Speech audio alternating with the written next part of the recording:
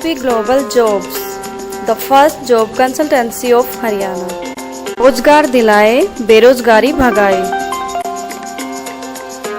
नमस्कार, हमारे आज का एपिसोड मेवात की घटनाओं को लेकर है।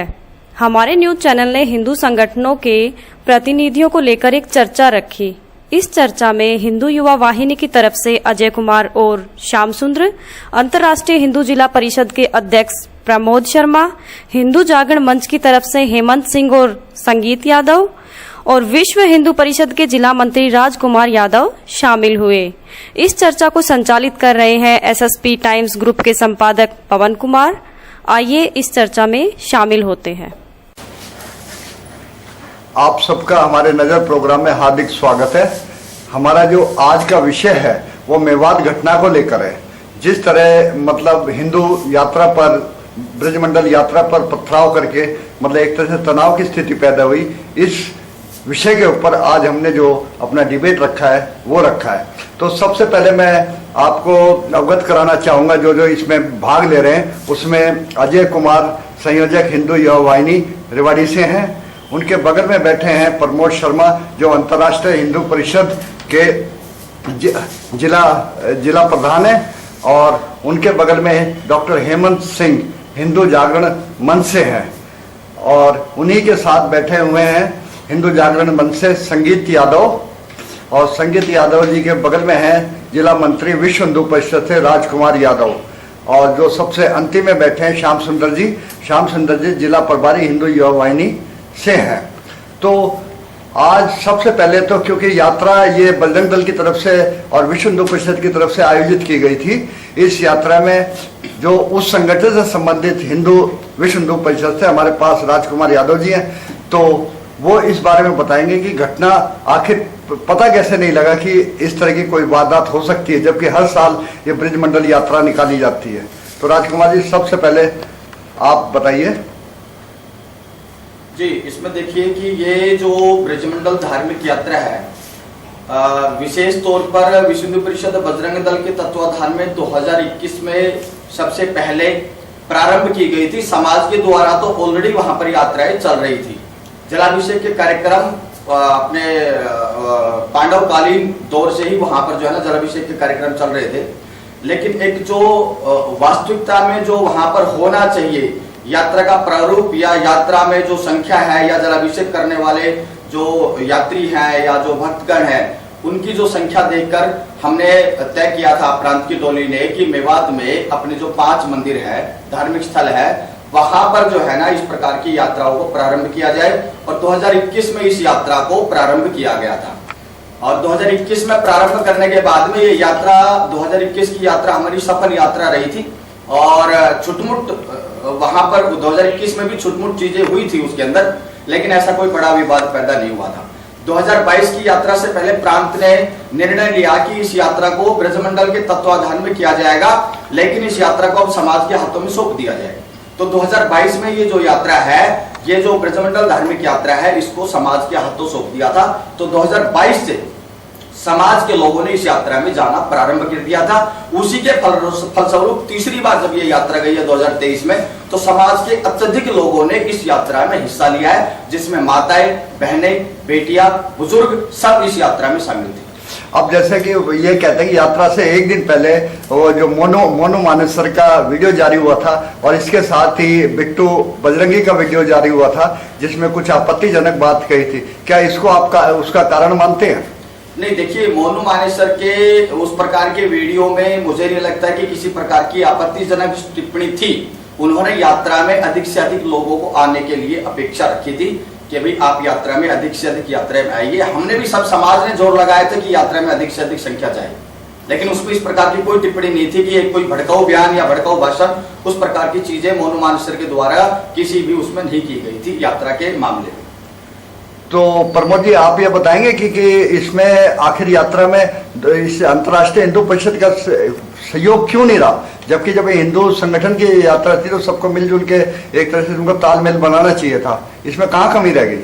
ऐसा है, आयोजक अलग अलग रह सकते हैं। हमारे कार्यक्रम होते हैं तो हम भी आयोजन करते हैं, फिर सभी पूरा हिंदू समाज उसमें साथ देता है।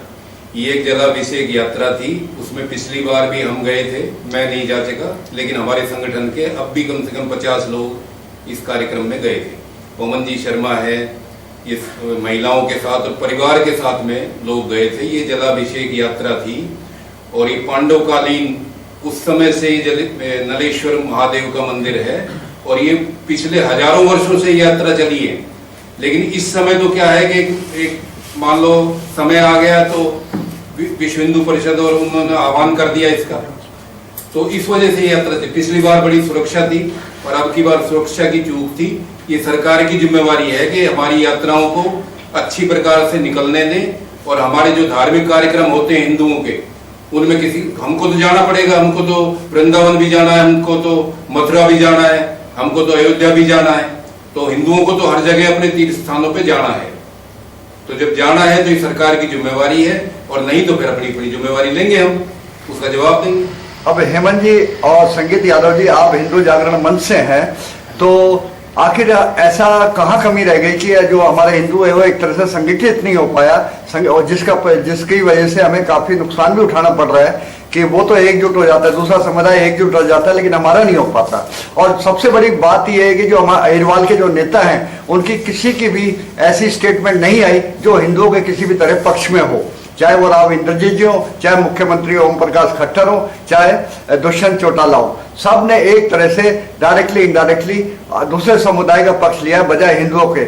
इस बारे में आप लोग क्या कहना चाहेंगे? भाई साहब देखिए, हिंदू संगठित नहीं है ऐसा आपका सोचना है। अगर हिंदू संगठित नहीं है तो इतनी भारी संख्या में वहां पे हिंदू पहुंच कहां से गए? वहां जब हिंदू समाज पहुंचा है, प्रत्येक संगठन के लोग पहुंचे हैं, समाज का हर अंतिम व्यक्ति तक वहां पहुंचा है, तो ऐसा नहीं है हिंदू समाज संगठित नहीं है, हम संगठित हैं। रही बात राजनीतिज्ञों की, तो कांग्रेसी सोच लेके अन्य संगठनों में आए हुए बहुत सारे राजनीतिक लोग कह रहे हैं कि भी आप धार्मिक यात्रा में गए थे तो तलवार डंडे कहां से लेके गए थे? अगर 25,000 लोग जो यात्रा में शामिल थे वो तलवार और डंडे और हथियार लेके गए होते तो पूरे मेवात को ही खाली करवा देते। सिर्फ हिंदू लोग अपनी आस्था से भगवान को जलाभिषेक करने के लिए गए थे। जो मुस्लिम समाज है सिर्फ वही हथियारों के साथ वहां उपस्थित था। कोई अगर हिंदू समाज के पास हथियार थे तो पैरामिलिट्री और पुलिस ने ही आके उन सबको वहां से रेस्क्यू किया, तो हथियार भी वहां से बरामद होने चाहिए। ठीक है जी।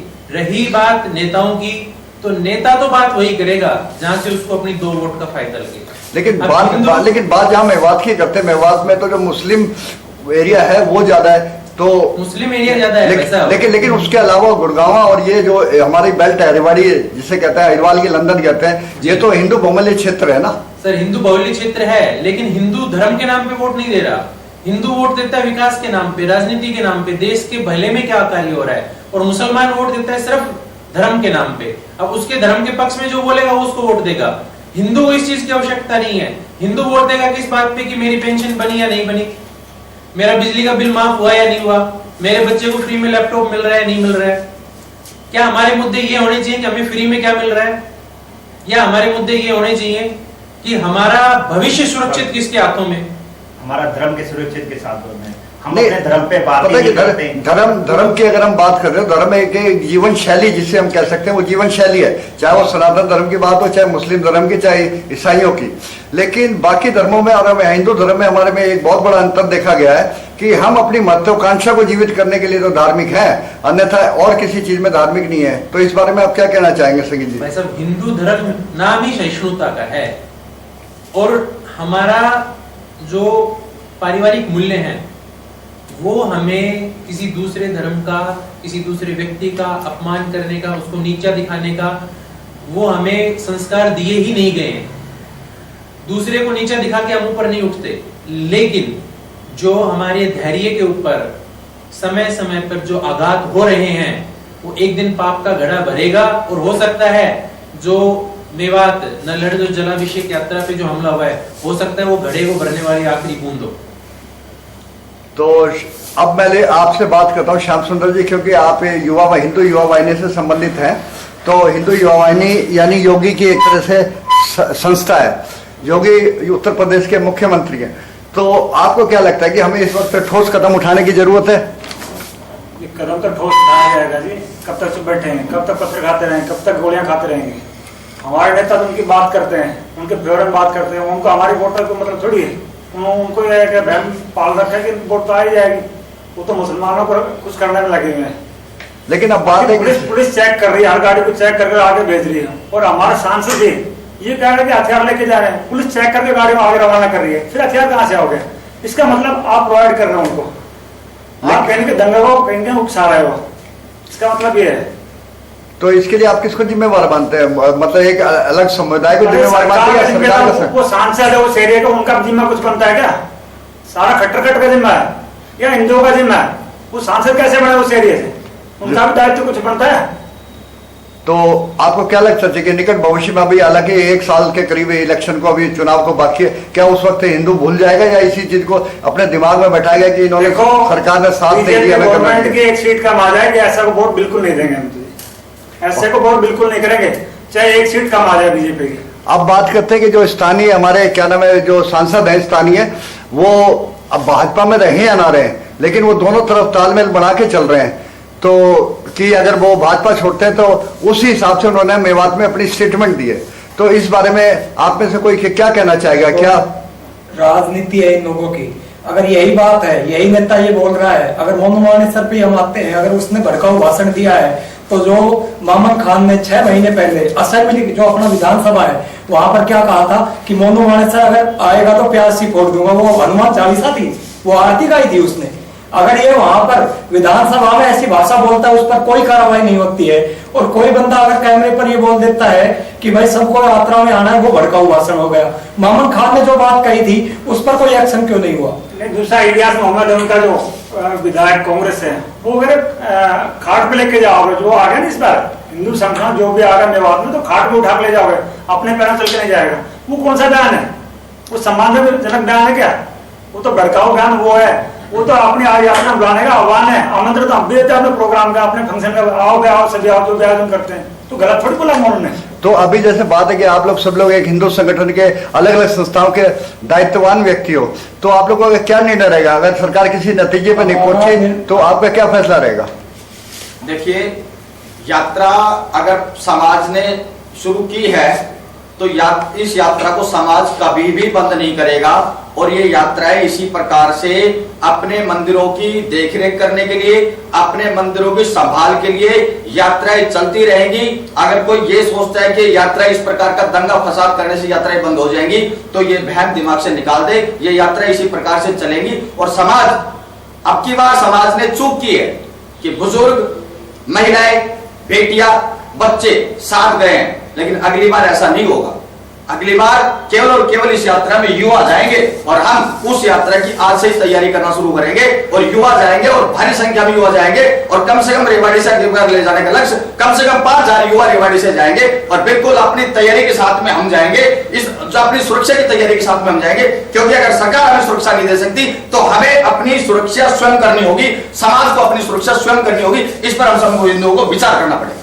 अब मैं ये सवाल आप सबसे पूछना चाहूंगा कि हम लोग राजनीति के एक तरह से राजनीति से एक तरह से गुलाम है, हम उन पर काफी हद तक निर्भर हैं कि भाई जो सरकार फैसला करेगी और ये फैसला करेंगे। तो क्या ऐसी भी तो संभावना है कि वो हमारी सरकार हमारे पे निर्भर हो कि भाई ऐसा हम जनता के हम इस प्रकार के भ्रम को, सरकारें कोई भी हो, सरकारें आती रहेंगी जाती रहेंगी, समाज अगर एक है तो सरकारों का कोई फर्क नहीं पड़ना है कौन नेता यहाँ पर जीवित है, कौन नेता यहाँ पर मर गया। जिस प्रकार के नेता को यहाँ पर इस प्रकार के जो बयान आ रहे हैं, ये बिल्कुल निंदनीय है, शर्मनाक बयान है। और जो नेता नहीं बोल रहे हैं, मैं उनको कहता हूँ कि तुम्हारे मुंह में क्या दही जम गया यहाँ पर? इस यात्रा को लेकर क्यों नहीं पूछ रहे हो तुम समाज में आकर? समाज में आकर खड़े क्यों नहीं हो रहे हो? समाज से बात क्यों नहीं कर रहे हो कि क्या परेशानी है, क्या नहीं है? ये सारे नेता जो है ना, इनको बिल में बांटने का काम कर देगा। और जो नेता भड़काऊ प्रकार की बात कर रहा है, या जो नेता इस प्रकार के गलत बयान दे रहा है, जो भी नेता विपक्ष तरह की बात कर रहा है, जो हिंदुओं के साथ नहीं खड़ा है, हम उन नेताओं को बिल्कुल बाइकाट करने का काम करेंगे, चाहे हमें कुछ भी करना पड़े। अब बात इसमें करते कोई दो राय हैं, नहीं। चलो राव इंद्रजीत जी जो सांसद है उनके बारे में तो सबकी राय हो गई कि भाई अगर वो हिंदुत्व के खिलाफ रहेंगे तो उनको साथ नहीं देंगे, लेकिन बात हम करते हैं रेवाड़ी विधायक रहे जो कप्तान अजय सिंह, और ये क्योंकि एक कांग्रेस विचारधारा से, कांग्रेस से मतलब ये विधायक रहे हैं काफी 40 सालों से, तो इस बारे में क्या कहना चाहेंगे? उनकी प्रतिक्रिया अभी तक सामने नहीं आ रही है कि उन्होंने क्या किया। वो तो हिंदुओं गुंडा बताते हैं जी सरकार, हिंदुओं गुंडा बताते हैं। वो पहले भी उनके बदलाव कह चुके हैं। मुसलमानों के बचाव में प्रेस कॉन्फ्रेंस करने मेवात चले जाते हैं, अब उनके मुंह में दही जम गया क्या? अब खास हो गए। वो ये भी स्टेटमेंट आ रही है उनकी कि जो है ना इसमें मुस्लिम बाहुल्य क्षेत्र में हिंदुओं को इस प्रकार की यात्रा निकालने की क्या हो सकता है? क्यों भाई, हमारे पांडवकालीन मंदिर है, हमारे पूजा क्यों ना पूजा, क्यों ना जाए? उनकी मजारों को बंद कर दे, मस्जिदों बंद कर दे क्या? कहती हम बाहर नहीं जा सकते, मस्जिदों बंद कर दे क्या? क्यों स्टेटमेंट, कैसी स्टेटमेंट दी है उन्होंने? अगर वो मुस्लिम बाहुल्य क्षेत्र में जाना बंद कर दे, क्यों जाना बंद कर दे? क्यों हमारा हिस्सा नहीं है? क्या हमारा अभिन्न अंग नहीं है? भाई साहब, अगर वो कहते हैं कि मुस्लिम बाहुल्य क्षेत्र में हिंदू यात्रा ही क्यों निकाल रहे हैं, तो हिंदुस्तान में भी मुसलमानों का क्या काम है? हाँ बात तो सही है, जब ये महात्मा गांधी ने रोक दिया, नहीं तो ये सारे पाकिस्तान जाते देश के बंटवारे के ऊपर। भौगोलिक परिस्थितियों के आधार पे नहीं हुआ था, देश का बंटवारा ही धर्म के आधार पे किया गया था, और जब धर्म के आधार पे बंटवारा किया गया था तो हिंदुस्तान में मुसलमानों का काम ही क्या है? लेकिन जो रह गए, मैं ये भी नहीं कहता कि उनको देश से निकालो, ये एक थोड़ी इम्पॉसिबल सी स्टेटमेंट होगी, लेकिन अगर उनको भारतवर्ष में रहना है तो हिंदुओं के अनुसार रहना होगा। अगर नहीं रहना हिंदुओं के अनुसार तो वो समय दूर नहीं है कि उनका अंत भी नजदीक है, या उनको हिंदू राष्ट्र समझ के फिर रहना पड़ेगा, अपनता को मानकर फिर रहो अपने। प्रमोद जी, अब बात आ जाती है कि हिंदू जैसे आपस में बटा हुआ है। प्रवीण तोगड़िया जी जो एक अंतर्राष्ट्रीय हिंदू परिषद के राष्ट्र के अंतर्राष्ट्रीय संयोजक है एक तरह से, और जब बात आती है हिंदुत्व की, जब तो वो एकदम सही है, लेकिन जब बात आती है जैसे बजरंग दल या विश्व हिंदू परिषद किसी चीज को ऑर्गेनाइज करता है तो उनमें उनका सहयोग क्यों नहीं होता? जब हिंदुत्व की बात आती है तो सबको एक साथ मिलकर चलना चाहिए। ऐसा है, सभी का सहयोग होता है, हिंदुओं को तो एकजुट होना पड़ेगा। सत्य सनातन धर्म है, वो अनादिकाल से ही चला आ रहा है। हमारी यात्राएं, हमारी जलाभिषेक, जितने भी हमारे कार्यक्रम, मतलब अपने रामजान की रथ यात्रा है, ये सब हमारे निकलते रहे हैं और निकलते रहेंगे। लेकिन कोई भी संगठन, हमारे अलग अलग संगठन हैं, लेकिन हम हिंदुत्व के लिए सारे एक हैं और हमेशा एक रहेंगे। और रही राजनीतिज्ञों की बात, तो जितने भी राजनीतिज्ञ इस रेवाड़ी के और अपने ये क्षेत्र में है, चाहे वो बीजेपी के हों, चाहे विरोधी पार्टी के हों, चाहे कांग्रेस के हों, सबने हिंदुत्व का एक प्रकार से विरोध में बयान दिया है। तो मैं इसकी घोर मतलब इसका भर्त्सना करता हूं कि इस प्रकार के अगर ये लेके अगर वोट मांगते हैं हिंदुओं की, तो इनको डूब के और शर्म से मर जाना चाहिए। और ऐसा हिंदुओं को भी करना चाहिए जो हिंदुत्व की रक्षा नहीं कर सके, उनको वोट देना बेकार है। तो अजय जी, जैसा कि अभी उत्तर प्रदेश की हम तुलना करें बाकी अन्य राज्यों से, उत्तर प्रदेश में कहीं मतलब बीजेपी एक तरह से अपने सही रुख पर है, उसका कारण हम योगी जी को मान लेते हैं, अब योगी जी की संस्था से। तो अभी हरियाणा में क्या चीज की परिवर्तन हो सकती है इस घटना के बाद, मेवात के बाद क्या तरह के कदम उठाने चाहिए? मेवात की घटना नहीं, मेन है कि हमारे पास क्या है। रेवाड़ी को मैं मानता हूँ अनाथ, हिंदू के रेवाड़ी के हिंदू अपने नेताओं से अनाथ है, सीधी सी बात है। अगर कोई स्टेटमेंट हमारे पक्ष में दे रहा है, हम ये नहीं कह रहे कि भाई तू हमारे पक्ष में हो जा, पर वो कभी ये नहीं देख रहा कि वहां हुआ क्या। चलो हमारे भाई लाठी डंडे लेके गए थे, तलवार लेके गए थे, वहां गोलियां किस चीज से चलाई गई? पहाड़ियों पर गन एक दम में तैयार हो गई, छतों के ऊपर पत्थर 1 मिनट में ही तैयार हो गए। आपको मैं एक काम करता हूँ, बाहर गाड़ी खड़ी, आप आग लगा के दिखा दो, वो ऐसे थोड़ी लगती है। पेट्रोल पंप कहाँ से आ गए? 1 मिनट में हजारों की भीड़ सड़क पर कहां से आ गई? इन चीजों को नहीं देखते। वो एक अपना सैनी भाई था जो मुसलमानों की दुकान के ऊपर काम करता था, उसका क्या दोस्त था? उसका तो इस भीड़ से कोई मतलब नहीं था, वो उनका मजदूर था, उसको क्यों मार दिया गया? साइबर थाना जो लड़ाई और ये जो भी ये दंगा है उस क्षेत्र से कई किलोमीटर दूर था, उसको क्यों फूका गया? एक एजेंसी थी, उसमें से सारी बाइकें चोरी कर ली गई। ये इन चीजों को सांसद को दिखाई नहीं देती है क्या? इन चीजों के पीछे वो मतलब कुछ भी नहीं दिखाई दे रहा है। ये हिंदुस्तान का मतलब हमारा जो हरियाणा का असेंबली है उसमें इन चीजों को दिखाई नहीं दे रहा। मोहम्मद खान वहां से विधायक है, वो हर चीज के ऊपर अड़के खड़ा हो जाता है कि मेवात ये मेवात हो, इन चीजों पे इनको किसी को कुछ नहीं दिखाई देता। और मैं उनको मोहम्मद खान को गलत नहीं मानता, वो अपनों के साथ खड़ा है। गलत है जो बाकी के 80 विधायक है, उनको अपने पन का पता ही नहीं है। गलती ये देखो, है। सबसे महत्वपूर्ण तो क्या है कि मेवात में इस जलाभिषेक यात्रा में जितने भी हिंदू शेर शहीद हुए उनको सत सत नमन है मेरा। और पूरे अहिरवाल क्षेत्र में उनके ऊपर स्टेटमेंट उल्टी सीधी देने वाले तो बहुत सारे नेता पैदा हुए, लेकिन क्या कोई एक नेता किसी शहीद हिंदू शेर के घर पे गया? क्या जाके किसी को सांत्वना दे के आया? क्या किसी ने घोषणा करी कि मेरी तरफ से उसके लिए कोई मदद होगी? डॉक्टर साहब हुआ ऐसा, एक मिनट में आगे बात करना चाहूंगा। एक जिला पार्षद है वार्ड नंबर 3 से रेवाड़ी से, उसने स्टेटमेंट दे के मैं इसकी घोर निंदा करता हूँ, पर हुआ क्या, अपने हिंदू भाई ने किसके दबाव में आके उस पर एफआईआर लॉन्च की और उससे माफीनामा का वीडियो लॉन्च करवाया सोशल मीडिया पे। और एक मुसलमान, उसने क्या किया था, मुसलमान बिरयानी शॉट बोला मंगलवार को, उसने वो माफी उसका विरोध किया था और उस पर दबाव बनाकर वीडियो लॉन्च करवाएगी। कौन इतना कमजोर क्यों हो रहा है हिंदू की वो फिर क्षमा मांग रहा है? ये भी तो सोचने का विषय है ना। कौन दबाव दे रहा है उस पर? तो आप लोगों से मैं एक बात जानना चाहूंगा कि अब हमारी जो आगे की नीति होगी, आगे की पॉलिसी होगी या जो वो क्या होगी, ताकि ऐसे निकट भविष्य में धर्म की बात करेगा वो हिंदुत्व की बात करेगा, और जो धर्म की बात करेगा वोट उसी को। वोट तो एक भाई साहब, वोट एक सेकेंडरी चीज है, ठीक है। हमारे राजनीतिक भी ये बात कह चुके हैं कि अपनी सुरक्षा व्यक्ति को खुद करनी पड़ेगी, सरकार हर किसी की सुरक्षा नहीं कर सकती। ये एक ऐसी स्टेटमेंट है जिसपे पूरे हिंदू समाज को समझ जाना चाहिए, जाग जाना चाहिए। 6 घंटे देरी से सुरक्षा में व्यवस्था पहुंच पाई, 6 घंटे में तो कुछ भी हो सकता था। अब हिंदू समाज को कम से कम इतना जरूर समझ लेना चाहिए कि हमें अपनी सुरक्षा खुद अपने हाथों में लेनी पड़ेगी। मैं कानून हाथ में लेने की बात नहीं कर रहा हूँ, लेकिन कम से कम सेल्फ डिफेंस तो मैं भाई साहब आपसे एक सवाल पूछना चाहता हूँ।